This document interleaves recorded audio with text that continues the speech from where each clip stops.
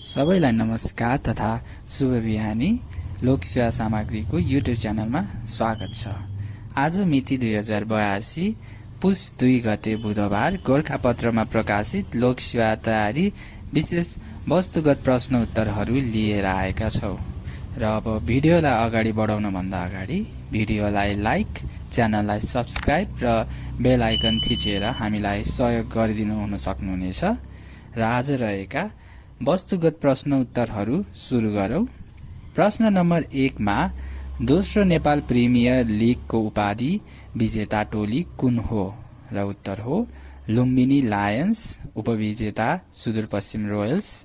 यो सँगै लुम्बिनी एनपीएल को नयाँ विजेता बनेको पहिलो संस्करणमा जनकपुर बोल्ट्सले सुदूरपश्चिम रोयल्सलाई पराजित गर्दै उपाधि चुमेको थियो।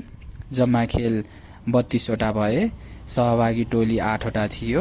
मस्कट साई जित नामक हिउँ चितुवा र उत्कृष्ट नेपाली खेलाडी चाहिँ रोहित पौडेल बन्न सफल भएका छन्।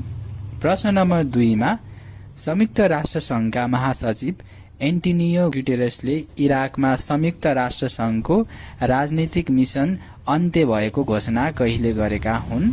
र उत्तर हो सन् 2025 डिसेम्बर 13 मा।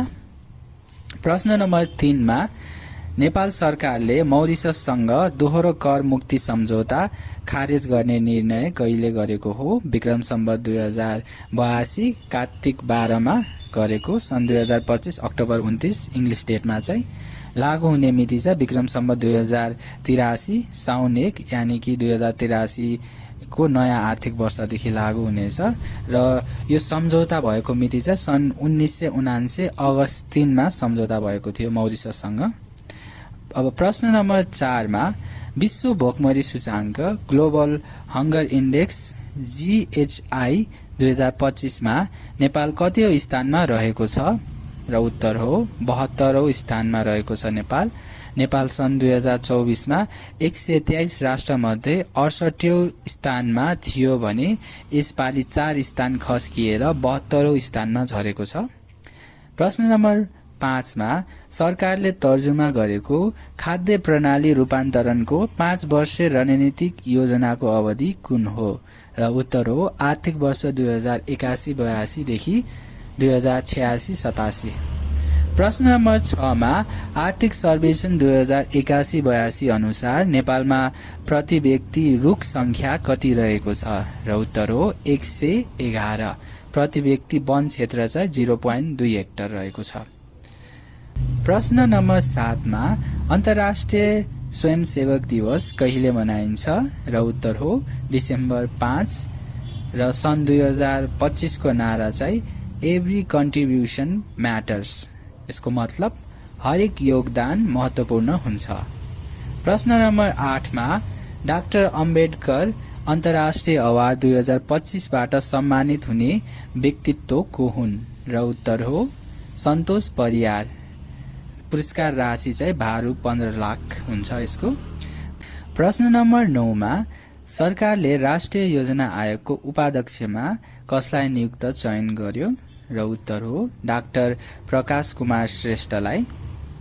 प्रश्न नम्बर 10 मा सरकारले 100 भन्दा ठूला दरका भारू नोट नेपालमा चलन चल्तीमा ल्याउने निर्णय कहिले गरेको हो? र उत्तर हो विक्रम सम्वत 2082 मङ्सिर 29 गते। सरकारले सन् 2016 नोभेम्बर 9 यता निष्कासन भएका 200 तथा 500 दरका भारतीय नोट राख्न र ओसार प्रसार फुकुवा गरेको। प्रश्न नम्बर 11 मा नेपाल सरकारद्वारा उपहार स्वरूप कतारलाई प्रदान गरिने 2 हात्ती कुन कुन हुन्? र उत्तर हो रुद्रकली र खगेन्द्र प्रसाद।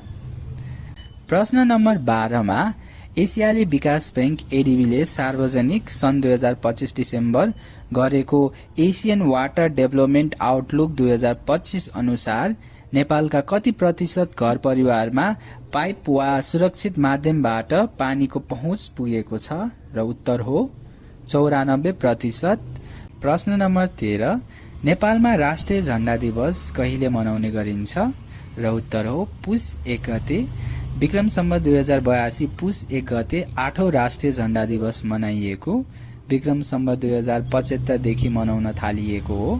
सन् 1962 डिसेम्बर 16 अर्थात् विक्रम सम्वत 2019 पुस 1 गतेको दिन संयुक्त राष्ट्र संघमा नेपालको राष्ट्रिय झण्डालाई विश्वव्यापी रूपमा अंगीकृत गरेको दिनको स्मरणमा राष्ट्रिय झण्डा दिवस मनाउन थालिएको हो।